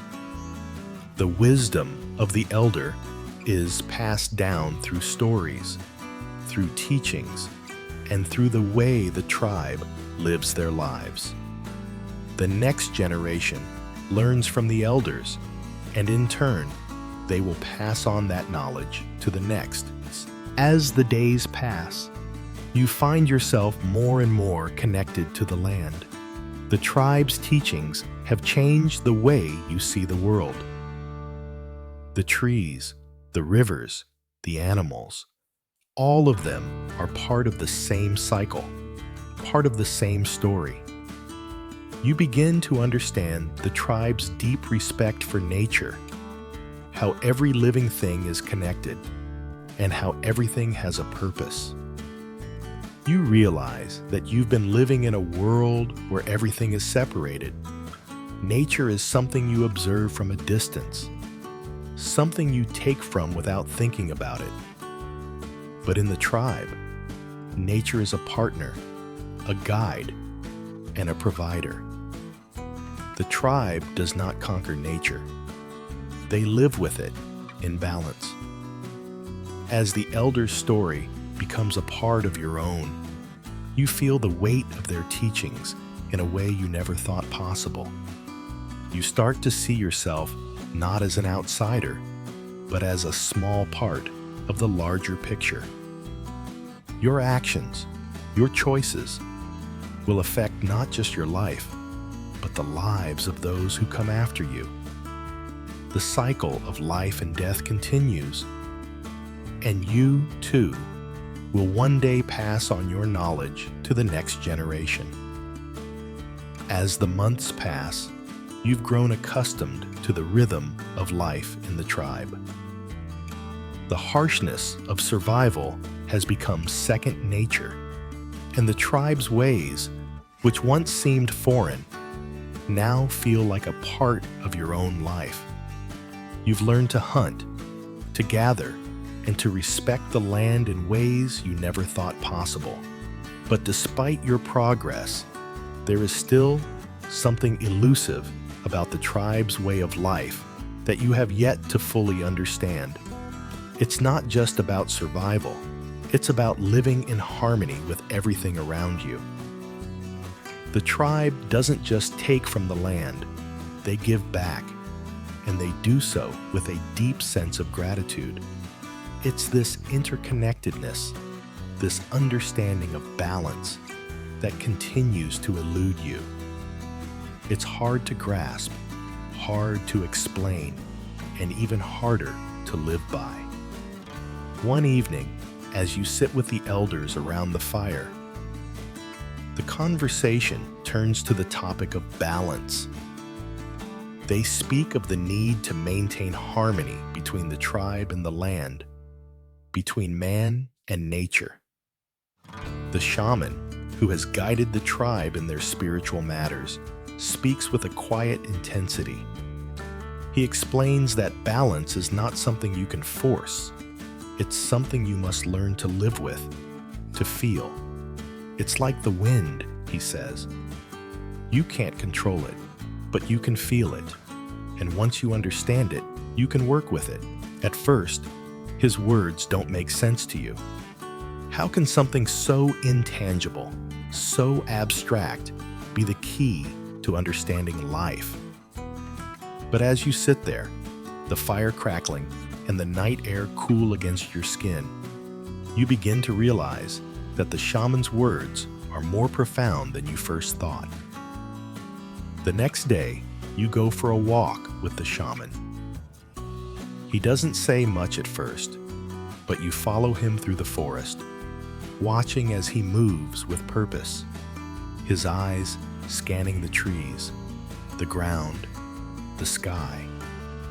It's as though he's attuned to something you can't see, something beyond the physical world as you walk. He occasionally pauses, crouching down to examine a patch of ground or a cluster of leaves. He shows you how to listen to the land, how to feel its rhythms. Everything in nature has a pulse, he explains. The trees, the rivers, the animals, they all have a rhythm. You must learn to hear it. You don't understand at first, but you start to notice the subtle changes in the air, the way the leaves rustle, the way the birds fly. It's not just the sounds you hear, it's the silence, the way the world pauses. The more you observe, the more you realize that the land speaks to you, if you're willing to listen. As the day goes on, you feel a shift within yourself. The land doesn't seem so foreign anymore. You start to feel its pulse, its rhythm, and you begin to understand what the shaman means. The land is not something you can control, but something you can learn from. It's a lesson that requires patience, humility, and respect, qualities you've come to appreciate during your time with the tribe. That evening, as you sit with the tribe, the shaman's lesson continues to resonate with you. The stories told around the fire are no longer just tales of ancient times. They are lessons about life, about balance, about the interconnection of all things. The tribe doesn't just exist in the world. They are a part of it, and they live according to the same principles that govern nature. Everything has its place, its role to play, and survival is not just about taking what you need, but about giving back, maintaining balance, and respecting the land that provides for you. You realize that this is the tribe's true strength, not just their ability to survive, but their ability to live in harmony with the world around them. They understand that survival isn't just about what you can take. It's about what you can give back. Every action, every choice is a reflection of this balance. The next morning, you wake early, filled with a sense of clarity. The tribe's way of life is about more than just survival. It's about connection, about understanding your place in the world, and about living in harmony with it. You begin to feel a deep sense of peace, not just with the tribe, but with yourself. As the seasons change, the tribe continues to teach you, and you continue to learn. The teachings of the elders are slowly becoming a part of you, woven into the fabric of your being. You find yourself passing on the knowledge you've gained to the younger members of the tribe, teaching them the skills you've learned, the way of the hunt, the art of crafting tools, the importance of balance with the land. It's a humbling experience, and you realize that the knowledge you've gained is now part of the tribe's collective wisdom. One day, as you sit with the young ones, teaching them how to carve a spear, you see the same curiosity in their eyes that you once had. They look to you for guidance, for understanding, and for wisdom.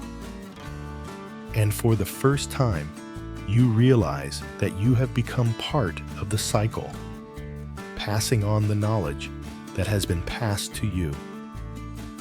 You are no longer an outsider. You are now a part of the tribe, a part of the land, and a part of the ongoing story.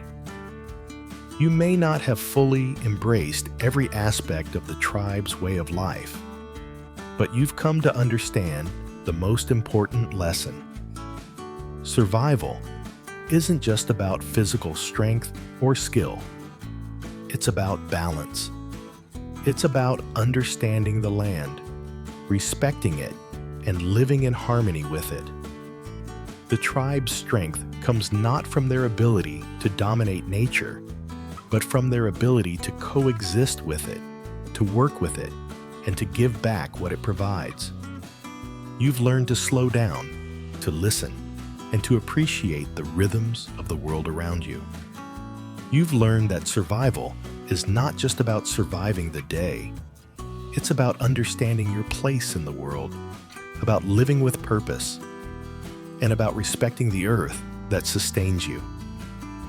And as you sit by the fire, surrounded by the tribe, you realize that you are no longer just a visitor in their world.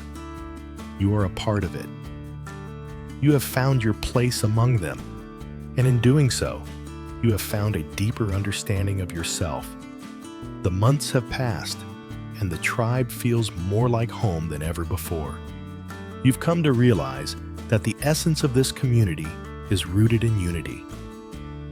Everything they do, whether it's hunting, gathering, crafting, or simply living, relies on the strength of the collective. The tribe thrives because of their ability to work together, to communicate without words, and to respect each other's contributions, no matter how small. In the beginning, you struggled to find your place among the tribe, but as you learned their ways, you began to see how everyone had a role to play and how important it was to honor that role. Each person, from the elders to the children, brings something to the table. The strength of the tribe lies not in any one individual, but in their ability to come together, to share knowledge, and to work toward a common goal. survival. One day, as the tribe gathers to discuss the upcoming season's preparations, you notice how everyone is involved in the decision-making process. The elders speak with wisdom, the younger ones with fresh ideas, and even the children, although not yet experienced, offer suggestions with a purity and honesty that adds a valuable perspective. This sense of equality and respect is what makes the tribe strong. Everyone's voice is heard, and everyone has a part in shaping the tribe's future. You've come to understand that survival in this world isn't about individual triumphs. It's about the tribe's collective strength. The success of one is the success of all. And it's this unity that allows them to thrive, to adapt, and to continue on for generations. In the evenings, the tribe often sits around the fire to share stories and relax after a long day of work. But sometimes, the discussions are more serious. The tribe faces challenges that require all of their collective strength. And when the burden becomes too great for one person, it is shared by the entire group. The leaders of the tribe, while guiding and making decisions, are not exempt from the hardships. They too feel the weight of responsibility, the pressure of ensuring that the tribe continues to survive and flourish. In these moments, you begin to understand that leadership is not just about strength. It's about shared burdens, about the willingness to take on the challenges that come with guiding a community. One evening, the tribe discusses the upcoming winter. The cold months are always difficult, and there is a shortage of resources that could pose a challenge. The leaders speak calmly with steady voices, but it's clear that the situation is serious. Everyone listens carefully, offering suggestions and discussing strategies. There's no panic, no fear, just a quiet determination to face the challenges head-on. As you watch the tribe come together to make plans, you realize just how strong the bonds are between them. There is no division, no hierarchy. Everyone contributes, and no one's role is more important than another's. The leaders may guide the tribe, but they do so with the understanding that their success is dependent on the support of every member. In the days that follow, the tribe works together to gather supplies for the winter. You go with them, learning more about the land and how to find what's needed to sustain the tribe through the harshest months. Every plant, every animal, every resource is carefully considered. You're no longer just a learner. You're now an active participant, sharing in the work and contributing to the tribe's survival. What strikes you most about these tasks is how naturally they come together. There's no rushing, no competition. It's a shared experience, a communal effort. The tribe works as one, and it's this unity that allows them to survive the difficulties that arise.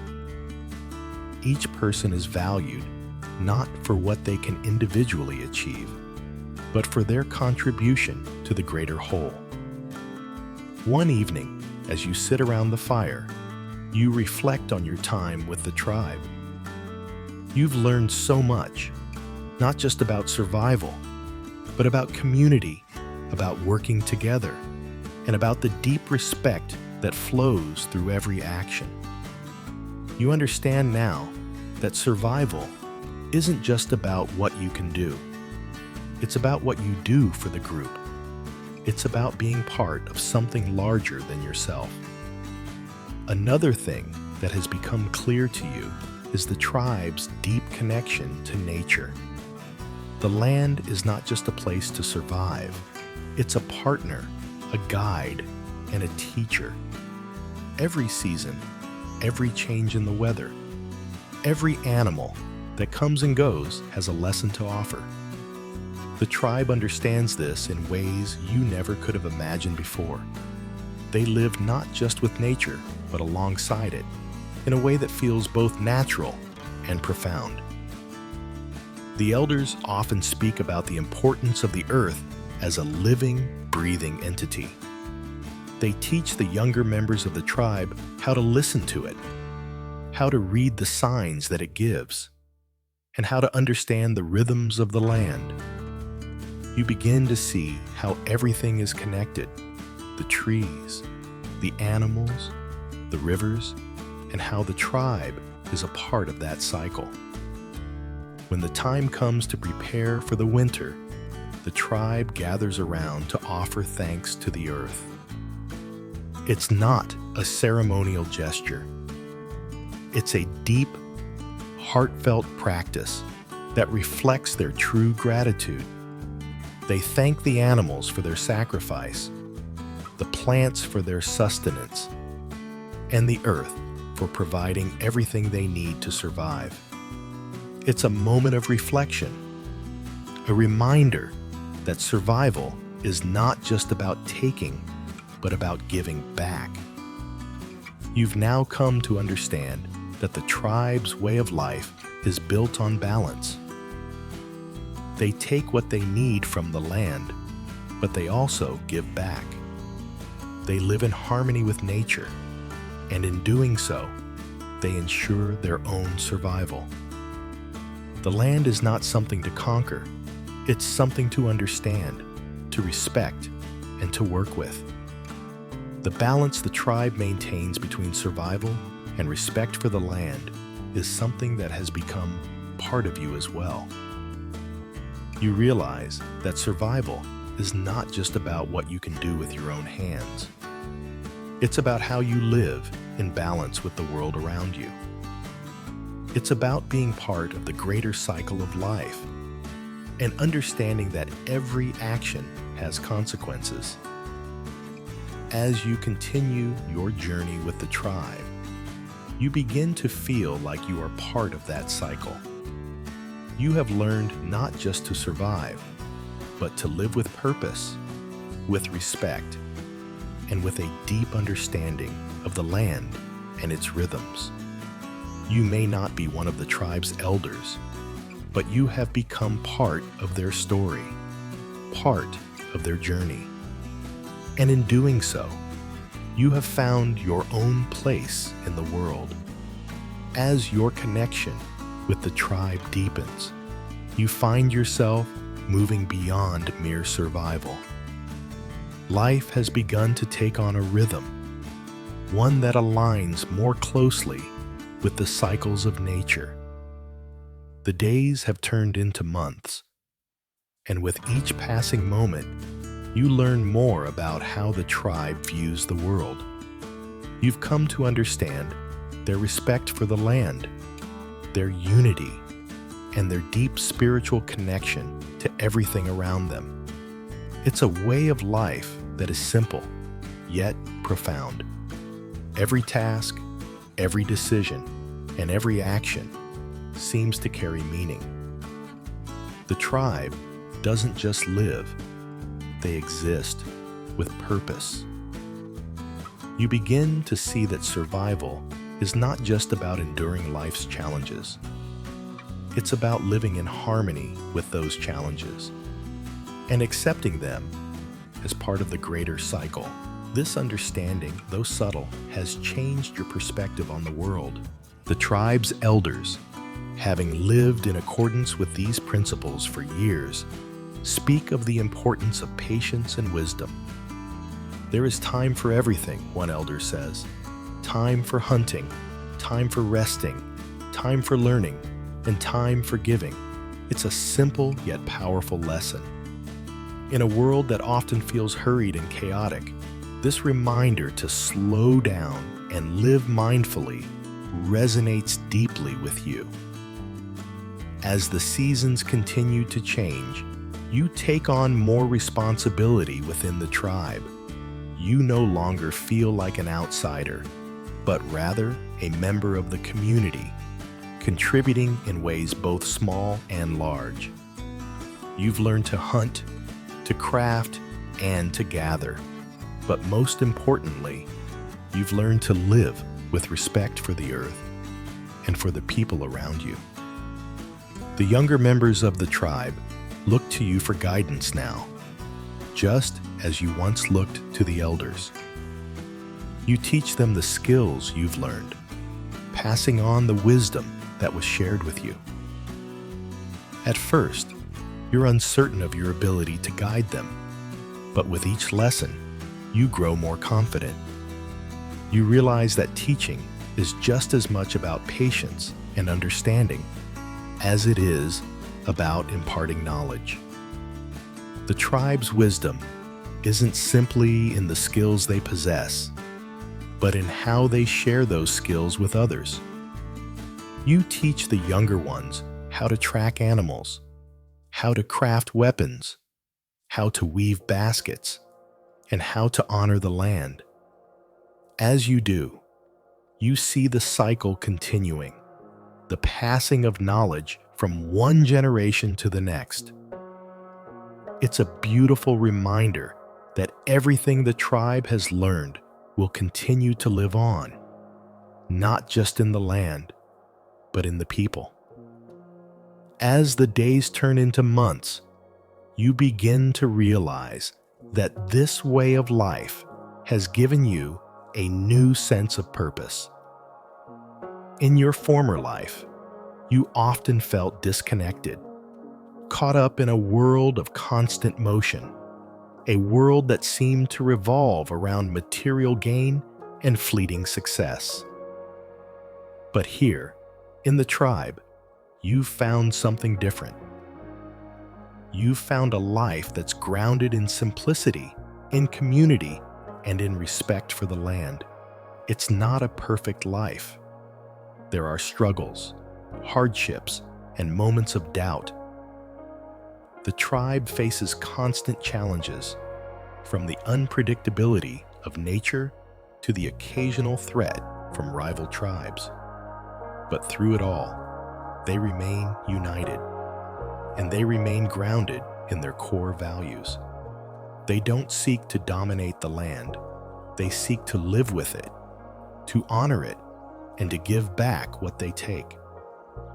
This philosophy of balance has become your own, and as you watch the younger generation grow, you begin to understand how important it is to pass on these lessons. They aren't just survival skills, they are life skills, ways of being that transcend the immediate struggles of survival and point toward a deeper, more meaningful existence. One evening, as the tribe gathers for another of their storytelling sessions, you find yourself reflecting on how far you've come. The tribe's stories now feel like your own. You've become a part of their history, a part of their story. You've learned not just how to survive, but how to live with purpose, how to exist in harmony with the world around you. The future of the tribe, like every future, is uncertain. There are challenges on the horizon, more rivals, more threats from nature. But you now understand that the tribe's true strength lies not in their ability to conquer, but in their ability to adapt, to learn, and to share. They have faced every challenge that life has thrown at them with grace and resilience, and you've seen firsthand the power of unity. You sit by the fire, surrounded by the people who have become your family, and you understand that the journey you've taken with them has changed you. You've gone from being an outsider to becoming part of something much greater than yourself. A community, a culture, a way of life. As the fire crackles, you think of the tribe's ancestors who once walked this same land. Their legacy lives on, not just in the stories they told, but in the way the tribe lives. They taught the tribe to respect the land, to honor the spirits, and to work together. And now, as you sit there, you realize that you are carrying their teachings forward, just as the next generation will one day carry yours. The future is uncertain, but you know one thing for sure. The tribe will continue, and so will their story. And you, in your own way, are part of it. As the years pass, you come to understand the true meaning of legacy within the tribe. The concept of legacy here is vastly different from what you once thought. In the modern world, legacy is often tied to personal achievements, money, fame, or material possessions. But in the tribe, legacy is about the wisdom you pass down, the relationships you build, and the way you live in harmony with the world around you. It's not about leaving behind something for yourself, but something for the next generation. In the quiet moments around the fire, you begin to reflect on your own journey, how much you've learned, how much you've grown, and how much of yourself you've given to this community. You may not have been born into the tribe, but over time, you've become one of them. You've embraced their ways, learned their lessons, and adopted their philosophies. You've become a part of their story, and in doing so, you've forged a new life for yourself.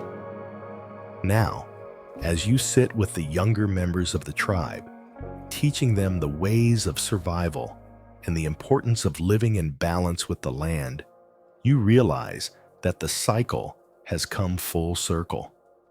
The lessons you were once taught are now being passed on to the next generation.